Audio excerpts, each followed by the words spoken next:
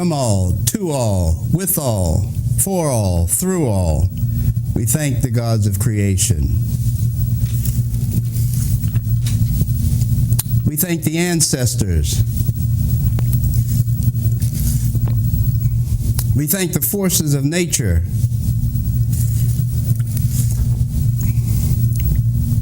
And we thank the earth. We thank them for their direction, their protection, their guidance, for keeping us, showing us, allowing us to know and enjoy life to its fullest, now and later. Black people who once loved with the slow march of time.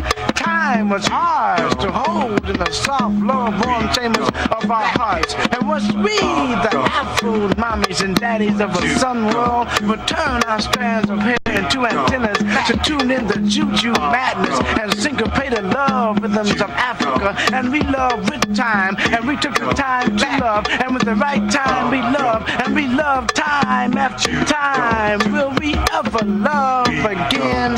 Will we ever love again? Will we really ever love again? Or will we just sit and rot away with the brighter tomorrows in the skag field, rat-cluttered halls of our minds? Black people, what y'all gonna do? Black people, what y'all gonna do? Will the real black people please stand up?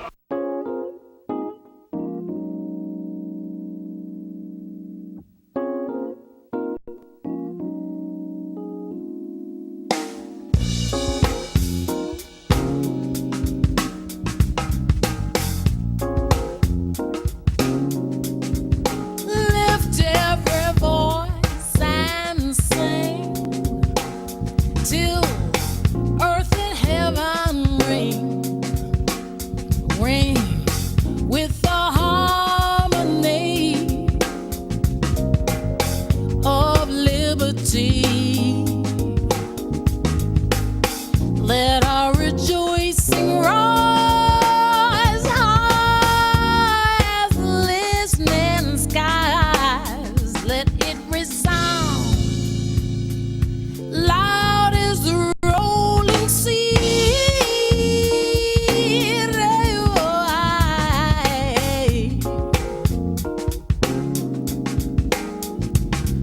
Sing a song full of the faith that the dark past has taught us.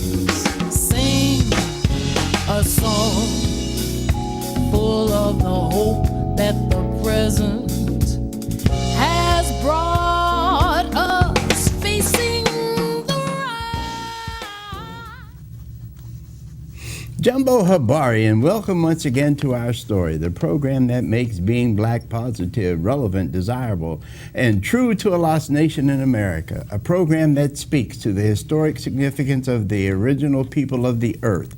Our Story Network takes pride in setting itself away from other programs that centers on entertainment or rhetorical mumbo-jumbo that misdirects your attention onto other things, that causes you to exhaust your resources and renders you brain dead.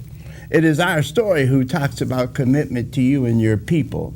It is Our Story that champions the establishment of the black genius that once ruled the world. It is Our Story that focuses you on the rewards of black advocacy, black activism, black involvement, and black power. It is Our Story that encourages survival of the black race and solicits your involvement to that end. Black folks must remember, race first is the call of the day, and we as a people must. I say must take the pledge if we, the people of the original race, expect to survive.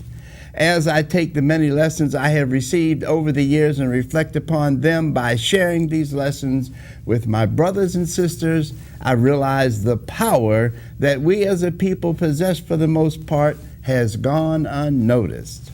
The masses of black folks who have been rendered lost and disenfranchised from the meaning and mission our creators intended for us to embrace is all but depleted. It is because of the mission and meaning of the life of our ancestors that I realize how blessed as black people we really are. What fascinates me are the many gifts I have been granted, which allows me to distribute the information onward to you. As always, that message begins and ends with the importance of blackness. Say it loud, I'm black and I'm proud. Greetings, friends, comrades, family, the inquisitive onlookers, and our beloved viewers. Welcome, welcome, and welcome to Our Story Network. We thank you for being with us this evening, and we trust you will take something of value away with you after the program. That is the aim and goals of Our Story Network, the network that leads the pack in modern-day communications and ancient and modern education. I say ancient and modern education because of the many errors we have found in the translations and interpretations of the ancient records. The modern revelations by new black scholars have opened the window of discovery that has allowed the truth and knowledge originally disseminated by the black masters of education to flourish once again. This is one of the stumbling blocks that has kept black people from rebuilding their greatness and recapturing their birthright. Good evening, brothers and sisters. Welcome to How the World Churns. In the real sense of the word churn, which is qualifiable process of change that occurs over periods of time. For those who have heard me over the last 30 or 40 years, you are aware that I possess and declare my love and alliance for and with blackness. I have worked and supported change for the black race, as well as upgrades and inclusions of more power and representation of black people in this system, a system built on slavery. Today I want to discuss the laid back posture blacks have been assuming for more than 20 years. For those of us who have been on the front lines of social justice, I say thanks to you. To the others, we have only been minimally successful. The lack of success is the fault of the lack of mass participation among the general population. The fact that mass participation seems to be localized at the complaint level, where everyone can participate in identifying the problems. Many black voices their discontent while leaving the actual fighting to the few who have laid out the problems as well as the solutions. With little participation at the solution level, solutions are hard to come by. Case in point, the New Orleans school situation for our children has been in dire straits, or for black people, desperate straits. When we thought we were sending black people to elected positions instead of representing us, they found ways to represent themselves. Over time, this turned into a free-for-all for black people to get elected to increase their personal wealth by representing themselves and their families. The other problems we have been experiencing is black people have become unwilling to step up and stand up to protect their children or their own being. What has even happened to blackness and the intent of the black collective? Black people today are more concerned about white people accepting blacks than blacks are for black people achieving social justice and social order, whereby blacks can earn self-determination, one of the original tenets blacks set out to achieve initially. Most blacks are unaware that black folks would be better off if black folks were to stop humoring whites and be more serious about achieving self-determination than self-acceptance. Self-determination is freedom, while self-acceptance is slavery. I offer as evidence the fact that black people are losing more and more political ground achieved during the 1950s and 1960s. More immediate in terms of geographic locations is the Orleans Parish School District. Several weeks ago, I interviewed Ruby Bridges' mother, Mrs. Lucille Bridges, who talked about how black people fought in the days when blacks were fighting for their rights. Mrs. Lucille Bridges stated, blacks had to be twice as good as whites in order for blacks to get jobs whites held for years. While I was growing up, blacks would always say we had to be 3 times better than whites to compete. The Orleans Parish School District has fallen on hard times simply because whites have taken over our schools. And who do we thank for is Karen Carter Peterson, the representative black people rallied behind to elect her to office. But like many of the black politicians, Karen had a weakness that white people exploited. Several days ago, Karen Carter Peterson admitted to a gambling problem, a problem that gave New Orleans Parish School District the worst education in history. Karen's lust for gambling caused Karen to allow white people to control the school district. There are other areas of gains that have been deteriorated because of Karen's lust. We will just have to take time to discover what they are. The bottom line is, we, the black people of New Orleans, have allowed our so-called leaders to sell us down the river on a raft. This was all made possible because black people in New Orleans are asleep at the wheel.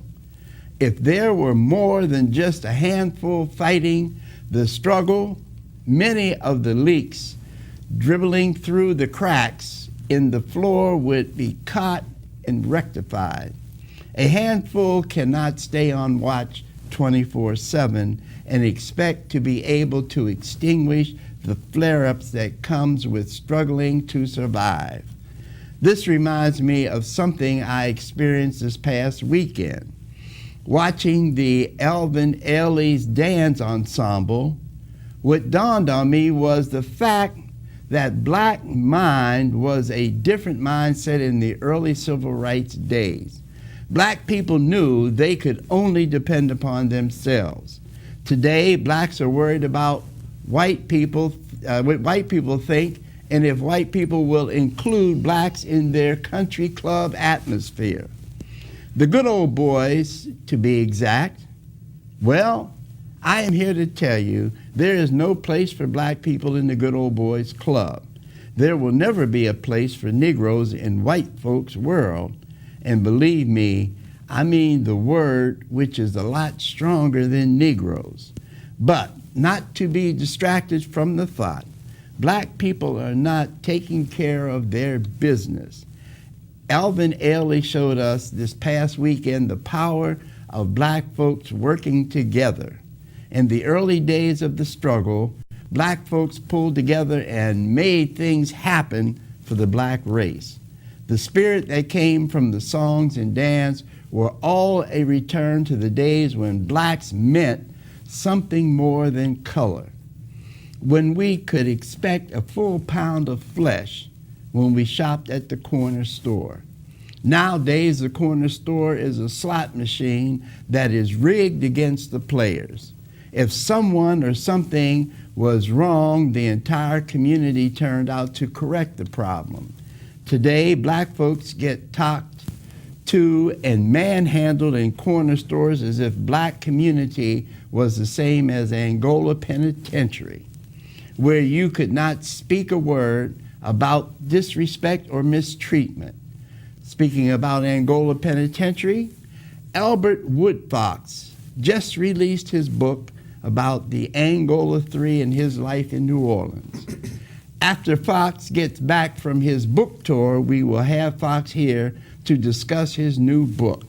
This is a well worth book to read, especially if you are a black male in New Orleans. I recommend the book to any and everyone who needs to know the truth about the criminal justice system and the Louisiana penal system. I also recommend a checkup from the neck up. If you are waiting on others to fight your battles for you, you might want to stop waiting and get involved before the knock comes at your door and you find yourself behind the cue ball. Albert Woodfox makes it clear as rain. You are your best defense. Make no mistake, the struggle has not stopped and the fight has not been won. It has only been made to appear that way. And the giant is not fast asleep and worry. Be very worried about the business of grown folk. For if you are not in a prepared position, you might be the next victim. Speaking about next victim, young people never think about the plight of the elderly. Most people, when they are young, have no time for the elderly. And what is most unfortunate, the youth don't think about getting old. Personally, I never thought I would live past the age of 30. After being what I thought was invincible, I could not see myself becoming old. Well, that ship has sailed. Fortunately, I have been able to grow old gracefully. Thanks to my ancestors, they have made me realize how blessed I have been because of them. So, when we get into the topic of tonight, I can honestly say it is a good run. I don't know how many of you are aware that this election, which will be this Saturday, has a proposition for the elderly of New Orleans on the ballot for you to vote if the elderly can get additional funding. Tonight we have Howard L. Rogers III, the Executive Director of the New Orleans Council on Aging, who will talk to us tonight about the importance for this proposition to pass. Keep in mind, this is help for people like me. So without any further fanfare, Mr. Howard Rogers III, please give our audience a brief overview of your agency and the help you give to our senior citizens. Well, Brother Johnson, thank you for inviting me on. The New Orleans Council on Aging has been around since 1975. We are the Council on Aging area agency for the city of New Orleans. Since 1975, the New Orleans Council on Aging has built a number of services throughout the community. One of the services that everybody is always familiar with is Meals on Wheels. At present, we serve about 800 individuals on the Meals on Wheels program. We serve another 500 some individuals on what we call a congregate meals program. So the congregate meals program is the program that is operated in the senior citizen centers and also in some of the housing complexes throughout the city of New Orleans. We recently have been able to assist with opening some additional feeding sites. We were able to open up one feeding site, and I want to say this one is in Tremé. I need to check with the folks, but and that's with one of the new places that is just open. We are looking forward to, if given the opportunity with the millage, to be able to not only to take care of our waiting list. We right now have roughly about 1,300 individuals on our waiting list for services for Meals on Wheels. We have 450 people on our waiting list for services for homemakers. And we also have a number of programs that we used to give before we had significant budget cuts back in the early part of 2013. One was our program, which was where we sent individuals into the home. It was a respite care program where we sent individuals into the home to give a person a bath. As I said, the Council on Aging has been around since 1975. I've been in this journey of working with seniors for 42 years. I started at a senior citizen center not too far from the studio, Carrollton Holly Grove. Young lady who started me on this business by the name of Imelda Washington, who wanted to start a senior citizen center to help seniors in the Carrollton neighborhood. So we started that center in 1977 and moved into the location where the center is now in 1980, 3300 Hamilton Street. From there, I stayed with the program until from 77 to 84. Then I went to work at the Council on Aging as the Senior Center Coordinator. We have 14 senior citizen centers here in the city of New Orleans throughout the entire city, 2 on the West Bank and the other 12 on this side, 1 in the Lower Ninth Ward, 1 in New Orleans East, 1 in Pontchartrain Park, and then in several other locations throughout the city. Stayed with the Council on Aging up until 1990 with the senior centers, and then went back to Carrollton Holly Grove as the executive director for 9 years. And then in 1999, I was appointed director of the New Orleans Council on Aging. So I've been at the Council on Aging for 20 years, and in that 20 years, one of the things that I've noticed, and throughout the time in working with seniors, is that aging programs, not only in the city of New Orleans, but the state of Louisiana, never had enough funding to take care of the need. So under the last 3 administrations, and since I've been director, I've been asking those administrations and the elected city council, how can you help the New Orleans Council on Aging with a permanent funding source? Luckily, this year, Councilman Jason Williams was able to get with the other 6 councilmen, and they came up with the legislation for the above millage that is going to be on the ballot on March 30th. If the millage passes, then the New Orleans Council on Aging hopefully will get about $6 million a year, and with that money, we're going to be able to, number 1, eliminate our waiting list for Meals on Wheels. Number 2, get rid of that waiting list that we have for homemaker programs. And as I said earlier, enhance the senior centers with some additional funds. In fact, we have waiting lists for services at some of our centers, especially in the Lower Ninth Ward and also at Carrollton Holly Grove and at Pontchartrain Park. We're also looking at trying, as I said earlier, to bring back some of the programs that we had before, especially the respite program where we're able to go out and give a bath to individuals. Statistically, the city of New Orleans right now, in 2019, there are over 70,000 seniors in the city of New Orleans. Of those 70,000, we touch about 5,000 every day.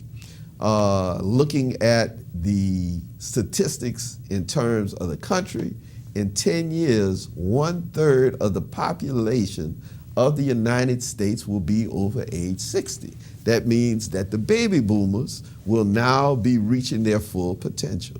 So what we're trying to do is plan now for the upcoming wave of 60-plus population. And one of the things that we want to do is for everybody in this city to be able to age in place. That is to say, you are able to stay in your own home, in your own environment, be viable to your community, be able to go to your own church on Sundays, and whatever you do now, but with the assisted services from the New Orleans Council on Aging. Because we all know as we age, some of us age gracefully, some of us age with health problems, and some of us age with other problems that we try to get some assistance for. So what we are trying to do is to not only to eliminate our waiting list that we have now for services, but also to plan for this aging population in the city of New Orleans. You know, you gave us some information that is good to know. What really surprised me that there's 70,000 seniors. There are 70,000 seniors in the city of New Orleans. Prior to Katrina, we had 70,000 individuals. Right after Katrina, we dropped down to about 50. Because one of the reasons why we lost funding in the 2010 census is because of the population shift from 2005. A large majority of those individuals moved out of Orleans Parish. And what happened was, because of the 2010 census, we ended up losing about $300,000 to $400,000 in federal funding because it's based on the census. That monies went to Jefferson Parish, St. Tammany Parish, East Baton Rouge Parish, and some of the Florida parishes, because that's where the 60-plus population moved. But since then, we have recovered our population. We're up to 70, and by the time the 2020 census comes out, hopefully we'll be up to 75,000. Because, as you know, anytime, every day, somebody reaches that magic age of 60. Yes. And in the state of Louisiana, you are considered a senior citizen if you're at that age of 60. Okay, so 60 is a magic number. 60 is the magic number. Okay. All right, 65 for Medicare, but 60 to be considered for aging programs in the state. And all the programs that we offer, the Jefferson Parish Council on Aging, St. Bernard Parish Council on Aging, St. Tammany, all of those services are free. Now, I think if I heard you right, you're only servicing 5,000 of the 70? About 5,000, right. Well, you know, one of the, everybody doesn't, over the age of 60, some people don't need our services. Okay. But there are people who do need our services. And of the people who do need our services, we're serving about 5,000 on a daily basis. Now, out of the 70,000, which there may, I mean, we're saying about 65 is not at this point needing your services. They could get out and vote because they might need them tomorrow They might need or them next tomorrow. week. That's, you know? that's it. That's it. You know, it's interesting you say that. Prior to Katrina, we really didn't see how, put it like this, we knew of individuals who didn't want or didn't need services from the New Orleans Council on Aging. But after Katrina, we saw an influx of different individuals who want our services because either A, because of the storm, they, number one, lost their property. Number two, they might have lost their income. And number three, they ended up having some health problems from the storm. One of the byproducts of the storm that a lot of people forget, over 1,300 seniors lost their lives during Katrina. All right? And you can't even talk about those individuals who developed health problems that were related to Katrina that passed after Katrina. 2 years, 3 years, 4 years, 5 years. In fact, personally for me, my neighbor developed health problems right after Katrina and unfortunately passed about 5 years after that. And I know of several instances of individuals, because of the storm, ended up having some kind of health issues. And so now, you know, those individuals are coming to us, and we're seeing the influx of more and more people looking for our services. So, and that's where our waiting list comes from. Now, I know that there are other agencies within the city, and there's other programs that cater to the elderly. Is there any cross-programming or cooperation that the Council on Aging works with them as well? Yes, in fact, we were talking with some people from NORD the other day, and we're trying to find a way how we can enhance some of NORD's programming with some of the seniors who attend our centers. And we've worked up a preliminary plan in terms of water aerobics. Also, we're going to help them try to find sewing class instructors and also instructors for pottery. Because there's a demand with their programs for sewing and also pottery. And in some of our centers, the seniors who go there, the ladies have their sewing circles, and they also, in some of the centers, they make all kinds of ceramics. So we're gonna, you know, work with them and trying to see if we can help them with some teachers, and at the same time, they're going to help us with utilizing some of their facilities, especially the pools, because one of the good things about a swimming pool, especially with seniors, that those aerobics in the pool help individuals with arthritis and other forms of muscle problems. And let me tell you, it actually works. It works. Okay. I can tell you All that. right. I'm going to put the number up on the screen. If you'd like to get in the conversation, then give us a call, and we'll take your questions or comments. Now, I want to go back to the Meals on Wheels. How does this program work? Well, if an individual cannot attend one of our feeding centers, either at the senior center or at the meal site in a housing complex, then we will outreach them. First, somebody will call us up and says, I'm a candidate for Meals on Wheels. Well, the first thing that we have to do is we have to go out and assess them. So we send outreach work out to the house. They will assess the individual at the house. They have to fill out a 14-page assessment, and that's one of the state requirements to receive our services, and then determine whether the individual meets the criteria for Meals on Wheels. The criteria for Meals on Wheels is that the individual has to be either homebound or cannot be able to cook a hot meal for themselves. So we have a lot of individuals who, because of either limitation because of health or some other reason, can't cook a meal for themselves. And so they qualify for our meals, and we're able to deliver them a meal 5 days a week. If the millage is passed, we're going to change that from 5 days a week to 7 days a week. Because for some of the clients, that's the only hot meal that they get. Right. They might be living with their grandchildren or their children. The children work. They can, they might fix them a breakfast, or maybe, give them a snack in the morning. They'll get our meal, and, that's their hot meal. Maybe they might get a meal at the evening. Maybe they might not. We have a caller. We're going to go to the phones. Caller, we ask you to turn your volume on your TV all the way down. Talk to us directly in and through your telephone. We appreciate you watching, and we thank you for participating. Caller, what's your question or comment? Okay, thank you for allowing me to call. I have a problem with that proposition. Why do they have to piggyback something about a portion of this money will go toward retirement systems, statewide, citywide? That's a problem. That has no connection whatsoever. I feel or believe that the Council on Aging is being used for this to really put that money there. Why don't you all mention something about this in parentheses where it talks about a portion of it? They don't even tell how much. Secondly, okay, a Council on Aging, especially for the food, is really a good idea, but where does this food come from? Okay. Does it come from another parish, the money being generated here, and you're going to support another parish? Thirdly, most of the people I've heard who have the Meals on Wheels don't even really enjoy the meal. I've never heard anybody say they really enjoy it.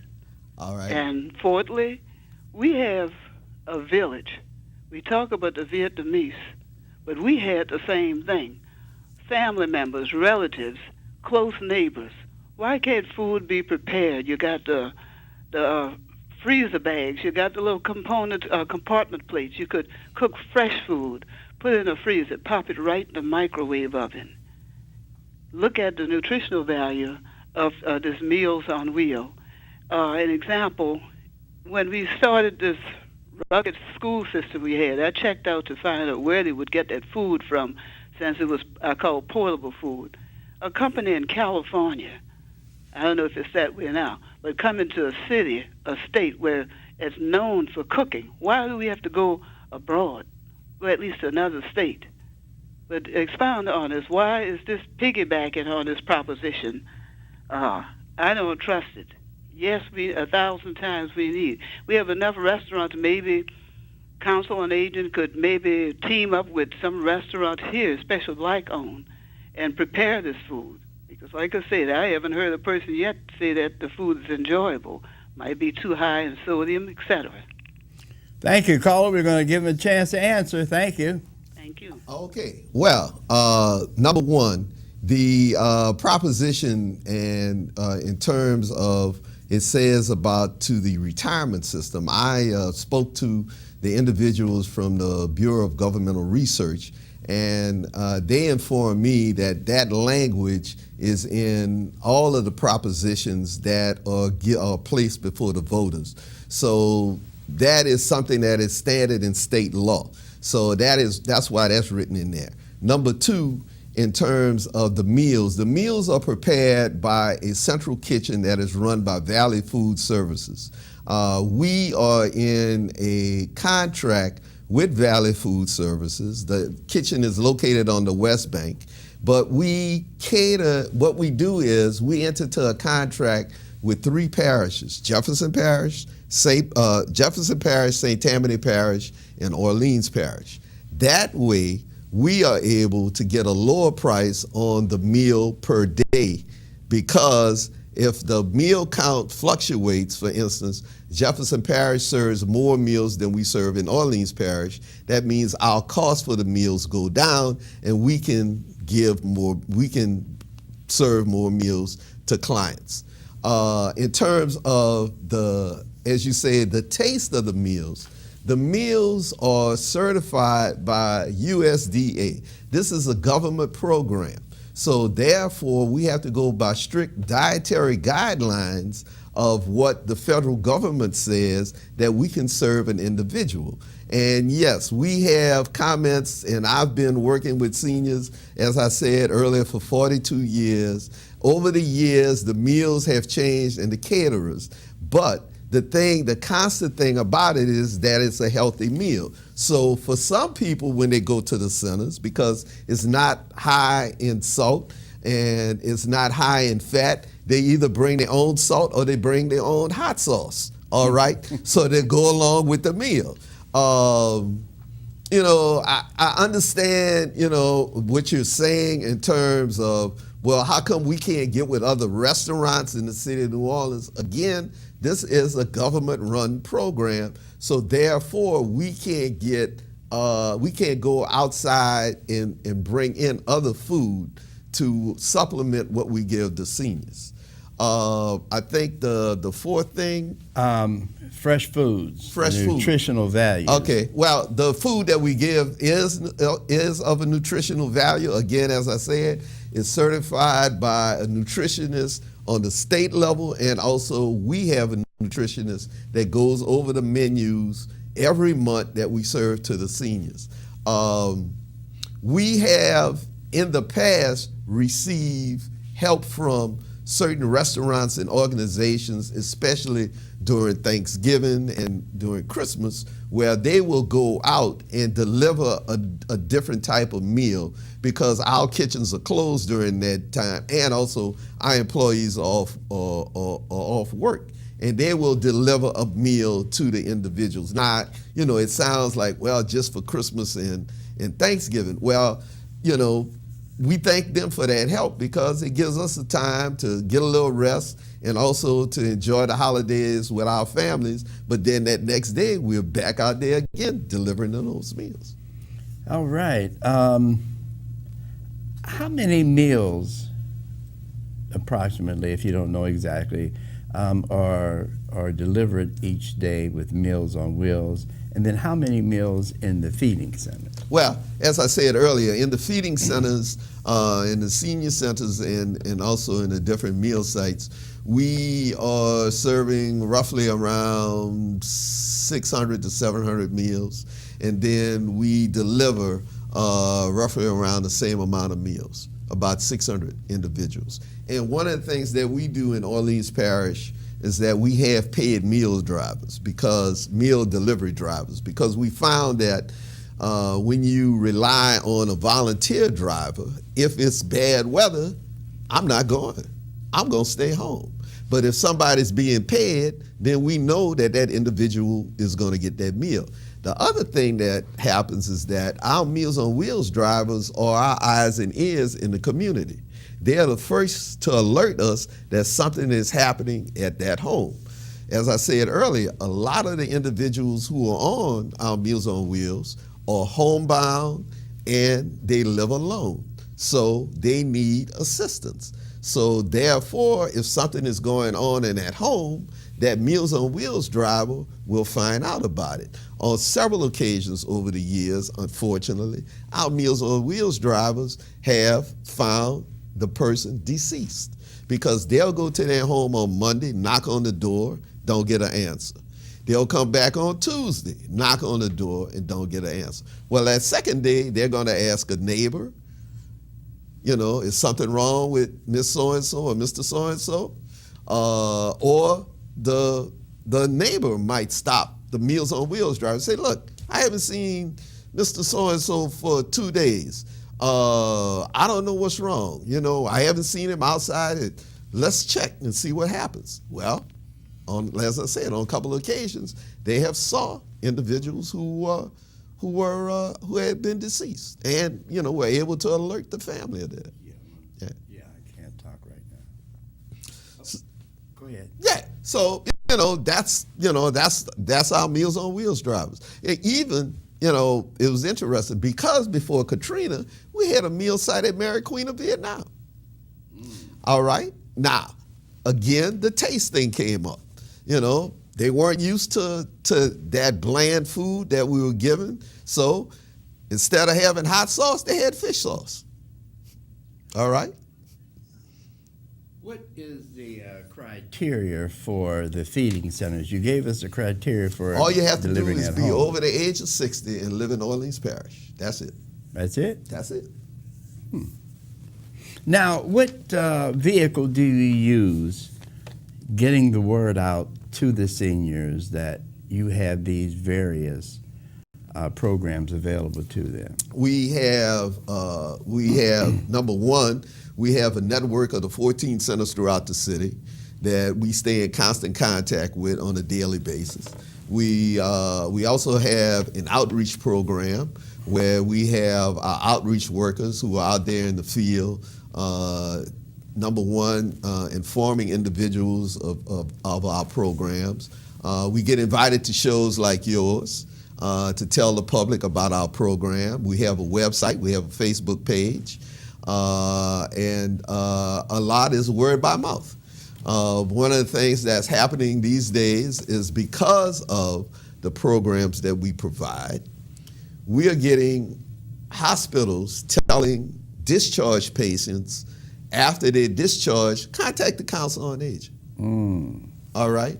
So, people are showing up, calling us and asking us for services because the hospital told them to call us. Instead of, okay, well, we're going to do a discharge planning for you. So what happens is we have a waiting list, and that builds our waiting list for service. Yeah. It's interesting, Mr. Johnson, how over the years the needs of the elderly in the city of New Orleans have changed, and it's always changing. So as we go forward, we're going to see how we go from having sewing classes and macrame classes to now we're teaching computer classes, how to utilize Facebook, how to use a tablet. All right, so as they say, the seniors are slowly catching up with the rest of society. Now, I'm sorry, we have a caller. Caller, I'm sorry. What is your question or comment? Oh, my question and comment. I was a member of the Harmony House on that's Esplanade and Galvez, I think it is. And I had a situation with one of the workers out there, and I had to report her because I came an RTA driver, and I said I didn't know where they was going at, so he said, well, I could bring her where she wanted to go at, and this particular person that worked there threw a paper in my face. Okay. He put it in my face, and I reported it. And Mr. Smith, I had to give him a week to find out did he settle the situation. I had called him. And what he did, he told me, I don't have time for that. This is what he told me. That's exactly what he told me. Right, so I don't go anymore. Okay, we're going to let him respond. Caller? I Caller? call Council on Aging. Caller, we're going to let him respond. Thank you. Well, I mean, from our standpoint, that is a matter that you had with Harmony House. All I can do is from what you told us is to advise Mr. Smith and tell Mr. Smith about this, but it is incumbent upon Mr. Smith and Harmony House because they are an independent organization with their own board of directors. We just fund the program. Okay, Okay. caller, I have you online. What is your question or comment? Yeah, good afternoon. Very interesting show and interesting guest. I'd like to ask Mr. Rogers, does he have an executive assistant, and how many employees do the Council on Aging have, and how many volunteers? Thank you. Thank you for calling. All right. I have an executive director. I also have a director of senior services, which is over the senior centers. I have an accountant. I have a director of social services and a director of community services. We have 2 programs, which is RSVP, the Retired Senior Volunteers Program, that they have a director, and the Senior Companion Program, where somebody will go out and sit in a home for 4 hours a day to help a person. And so those are the individuals on the supervisory level. And then under them, we have, I have an administrative assistant and about 2 clerks that work with her. So overall, we have a staff, an in-house staff at the Council on Aging of about 32 individuals. We have added to that about another 33, 34 individuals who are our homemakers and our Meals on Wheels drivers. For those volunteers. Right. No, they are paid staff. Oh, okay. And in terms of the volunteers, well, we have, I can't even count the many volunteers because we have volunteers who volunteer at the 14 senior centers. We also have some individuals who come in and just do a little volunteer work at the Council on Aging. The young lady called in, the first caller, she was opposed to this. Are you getting a lot of opposition? Yeah, I'm getting some opposition from individuals because they're opposed to this. You know, one of the things that they're looking at or one of that they're hearing is that, well, this money is not going to the seniors. I can assure the public, and our audits are online, is at the Legislative Auditor. Anybody can go to the Legislative Auditor's website and request our audits for the last 5 years, and they'll show you where our money goes, where it goes in terms of the different programs that we operate, where it even goes to the different staff that we have and how much is dedicated to the staff salaries. Whatever monies we get out of this millage is going back into programming. Very good. So we would encourage them to go out on Saturday. On Saturday, and hopefully they'll consider taking care of somebody who took care of them. And that's what this is about, Mr. Johnson. You know, it's unfortunate, but in our times now, we have individuals, and, you know, earlier you had spoke about this. People don't think about the elderly. Right. People don't care about the elderly. People don't even think about getting old. But one day you wake up and you look into the mirror and you're like, you are. where did this gray hair come from? All right. Well, why do I feel like this? Okay. Well, I didn't feel like this yesterday, but today I feel like this. Okay. Yeah. And we know, and you know, that as you age, some of the things you used to do, you can't do no more. That's true. You know, Very you might true. be able to do it, you might try to be able to do it. And then, unfortunately, because of our diets here in New Orleans, in the South, we unfortunately end up with health problems that might incapacitate us. And so therefore, we need some assistance and we need some help. And that's what we're trying to do. We're trying to allow individuals to age in place, to be able to still stay in their neighborhood, to still stay in their home, to still go to their same church on Sunday and see their friends, their family on a daily basis. Yeah. And Nursing homes are in the continuum of care for an individual, yes, there is a place for a nursing home. But there are a lot of people in nursing homes that don't belong there because they don't have no assistance at their home. Have another caller. Caller, we appreciate you participating. What is your question or comment? I'd like to ask, do senior citizens supposed to pay for their lunch in the senior citizens center? Say that again. You ask about lunch?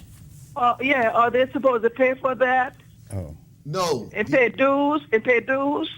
Well, no, but what happens is this. We ask if they can, the lunch is free. We ask if they can to a donation of $1. If they don't have it, that's fine. Now, in some of the centers, what they do is they have a club within the center where they'll pay dues to that club. And what that club does is might have a bus ride to one of the casinos, or the club might decide to take them all to a restaurant on a given day or go to a movie. In fact, tomorrow, a number of the centers are going to Ashe for, there's a ballet or something going on at Ashe. And so some of them all banded together with their money in their club to go to this. But all the services we have at the Council on Aging and at the senior centers are free. We've got the fastest hour on TV, and I would like to give you about 20 seconds to close out and encourage the people to do what they need to do on Saturday. Well, thank you, Mr. Johnson. I'll just, I'll put this on the collective minds of the individuals here in the city of New Orleans. If you want to, and this particular millage is only for 5 years. So if we don't do what we say we're going to do in 5 years, then 5 years from now, you can say, well, the Council on Aging tried. This is the first time, as I said, as long as I've been director, that we've got a shot of trying to have a permanent funding source. We have a need. To get to that need, we need to find a way how to get to that need, and the need is with this particular millage. Now, it's not guaranteed that we're going to get that money because it's been advertised that it's going to a third party. No, when this passes, the city council still has to come up with legislation to say we're going to give this money to the Council on Aging, because the way that the legislation reads, it is for senior services. We know that the city council, we've been talking to them over the years. They know, they've been to the centers. They know our needs. The mayor has been to the centers. When she was a council person, she knows the needs. So as I said, this is our first opportunity. The window of opportunity is open. We're going to take advantage of it, and we hopefully that the city of New Orleans will help us prepare for when the individuals get old themselves and they might need some help. Give us a number for the council. They can reach us at 821-4121. 821-4121. Gotcha. All right. You not only can that number you can also use for one of our other programs that we have, which is the Adult Disability and Resource Center, where we help individuals find free and low-cost prescription drugs. Very good. I want to thank you for taking the time to be with us this evening. Thank you for inviting me. I want to thank our audience for being with us. I want to tell them that it's always important to be informed. I want you to stay in touch, stay in tune, because it's very important for us to be aware of what is happening so that we can be on top of what is going on in our neighborhood. Till we meet again, brothers and sisters, stay strong, stay black, but by all means, stay involved. Uhuru Sasa Mgawa. Earth and heaven ring with the harmony of liberty. Let our rejoicing rise high as listening skies. Let it resound loud as the rolling sea.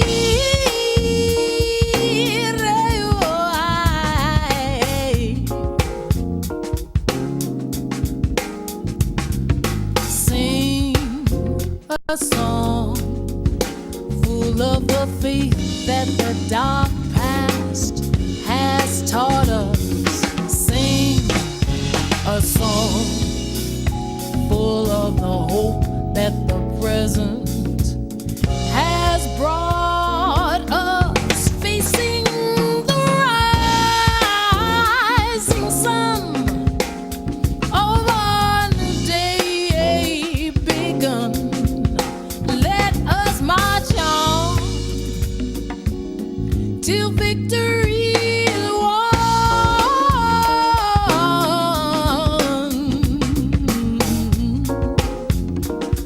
Listen to me now, yo, before Dr. Dre, there was Dr. James, welding cords around a copper frame. We sing songs, not for the accolades, to lift voices like a helicopter blade. High in the listening skies, my eyes glisten and tears drop down like rain. Not from the pain, from the joy of how far we came. My brainstorms are designed to celebrate our reign.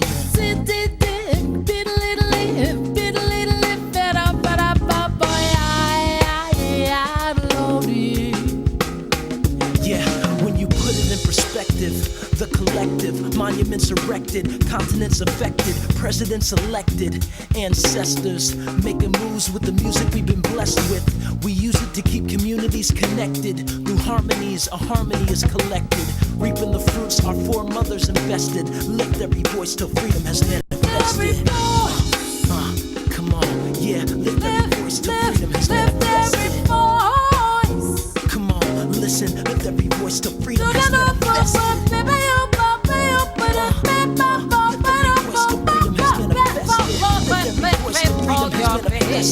Come on, come on, come on, come on. Sing a song, yeah, full of the faith that the dark past has taught us. Come on. Sing a song, full of the hope that the present has brought us. Facing the rising sun, facing the rising sun of our new day begun. It's a new day. Let us march on till victory is won. Till victory is won. This is victory music. Come on, I hope you feel it. Yeah.